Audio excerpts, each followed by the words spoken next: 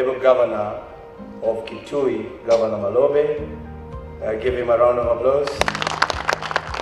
Thank you very much, PS, Senator Karugo, and the gentleman from UN Habitat, and our moderator.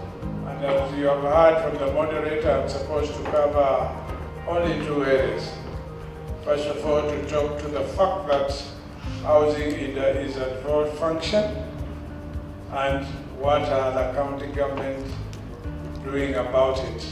Or to put it in another way, what have county governments done about the fact that housing is a broad function?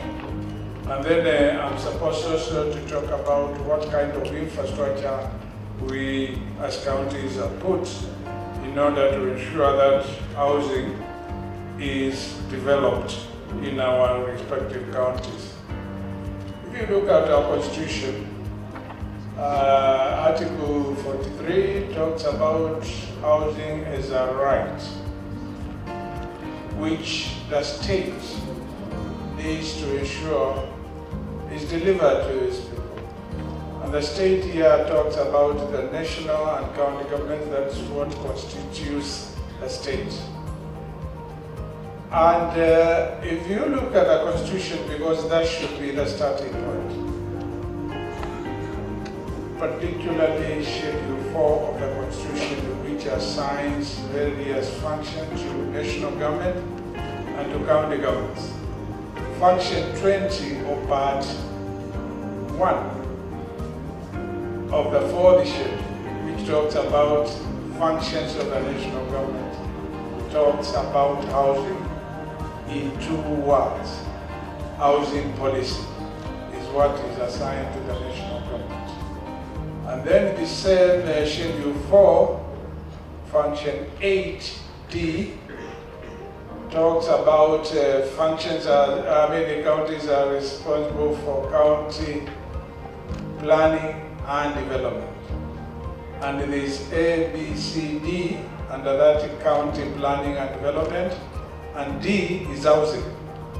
So we are supposed to ensure housing is planned for and housing is developed.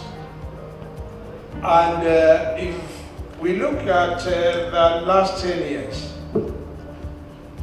the county governments which were established pursuant to Constitution of Kenya 2010 did really take up housing as one of the key functions immediately. There was hesitancy on what to do. I think PS Inga has talked about the previous history and the fact that really housing was not receiving any attention from governmental institutions because of the structural adjustment programs, which said housing is not a function of government. It should be left to the private sector. It should be left to the forces of demand and supply. And therefore, counties didn't go into housing construction.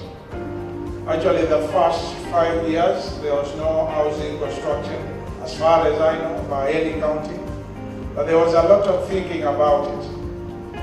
Nairobi, for example, was talking about redeveloping the whole estates, particularly Eastlands.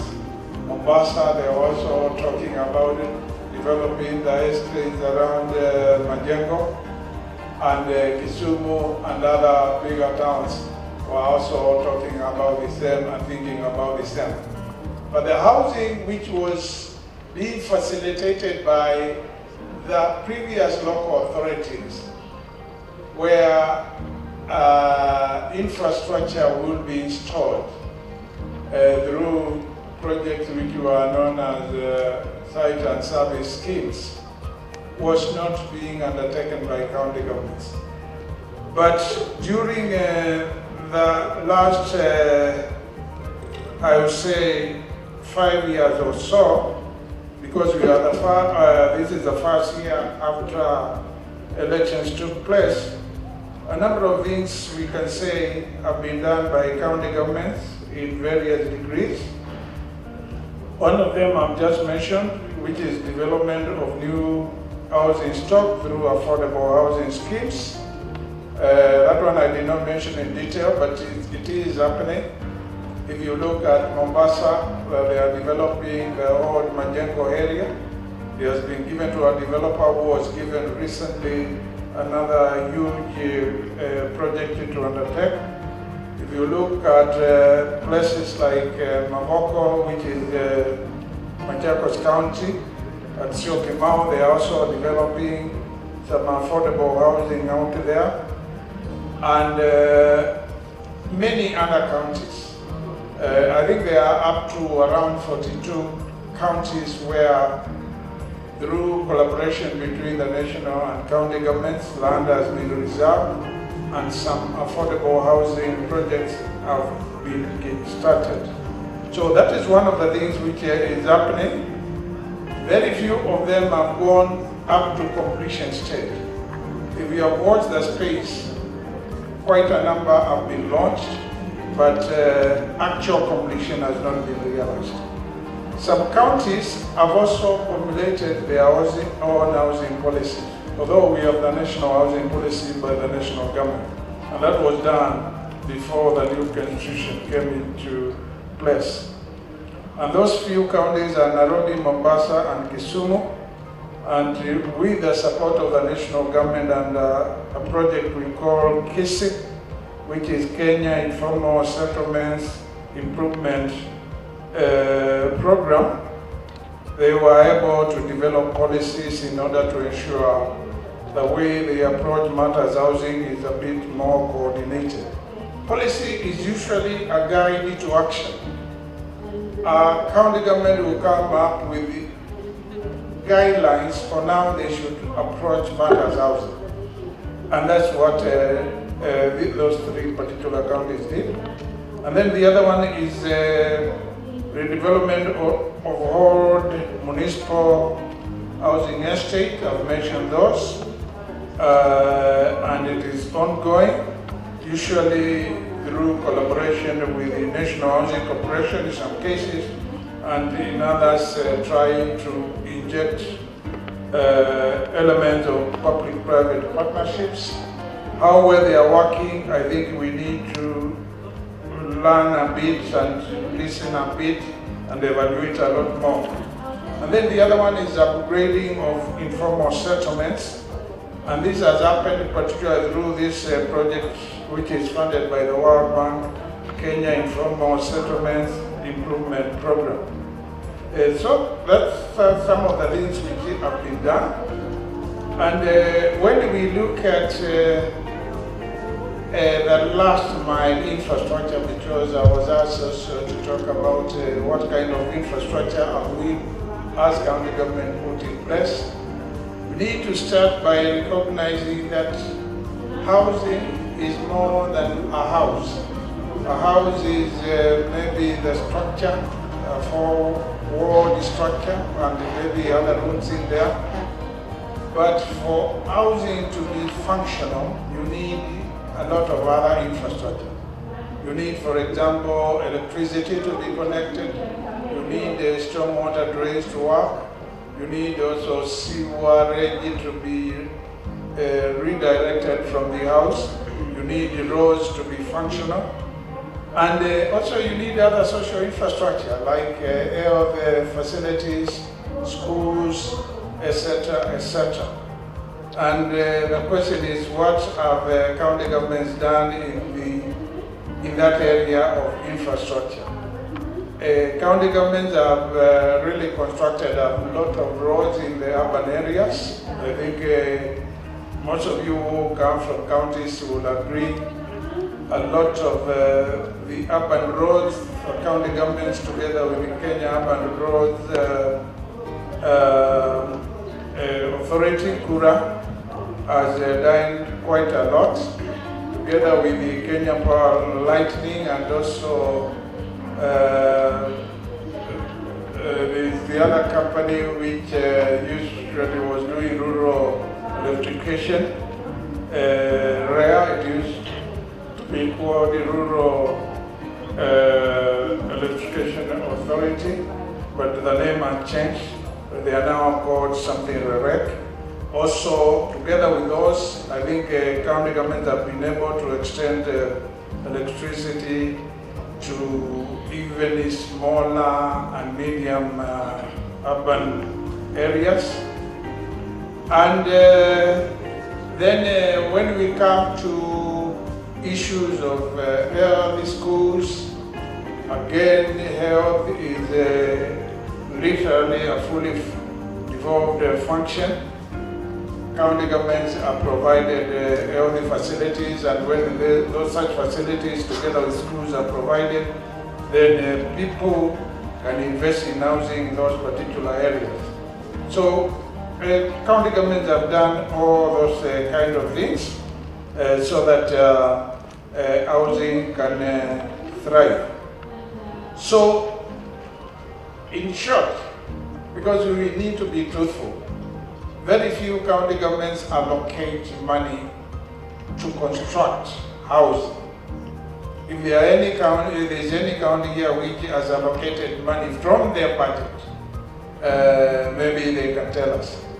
But what they are doing is to facilitate, because although housing is our function, we need to ask ourselves within the framework of our resource envelopes, can we afford to directly allocate money to construct houses ourselves? And if we do so, how many houses can we be able to deliver per year or even in over 5 years? We all know almost 60% of informal settlements in this country are occupied by people who really do not earn a lot of money. And most of the houses which are developed in this country, they are out of the reach, particularly in terms of purchase, even in terms of renting. They are out of the reach of the majority of the people. And then you ask yourself, as a county, with the meager amount of money which is at our disposal, can you set aside that kind of money to cater for a very small percentage of your total population? Politically, will that be acceptable to the people who have elected you if you are governor? Yet, the housing challenge must be dealt with. Urbanization is taking place very fast, particularly with devolution. The annual growth is about 3 to 4%, and it is estimated almost more than a third of the Kenyan population will be living in the urban areas by the year 2030. Therefore, we need to think about it, which brings us to the issue of finance. The housing fund has been established. We need a bit of clarity, and maybe PS will talk about that a little bit more. How the housing fund is financed, what are the eligible programs and projects in which the housing fund can fund, how can county governments access the housing fund. If, for example, they want to develop some housing, social housing, for example, can they access to it, or they should go through the National Housing Corporation? Because I understand, although I'm not sure, the housing fund is supposed to really be administered under the National Housing Corporation. So there we are.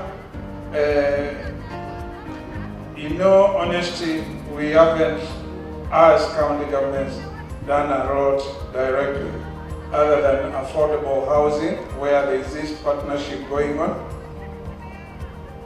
And we still are asking ourselves, a lot of us, this housing which is going to be developed, will it be accessed by low-income housing categories?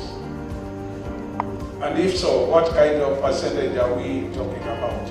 Or we are going to have a phenomenon which has been there over the years in this country.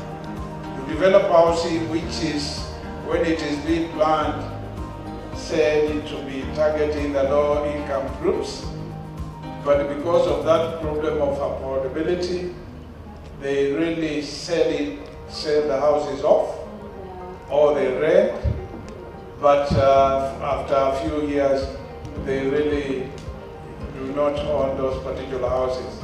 So you ask yourself, have you achieved your objectives? So let me leave it there. Perhaps somebody may be saying you shouldn't be giving us answers, but here we are supposed to pose the questions and jointly see what solutions we can come up with. Thank you very much, Uncle.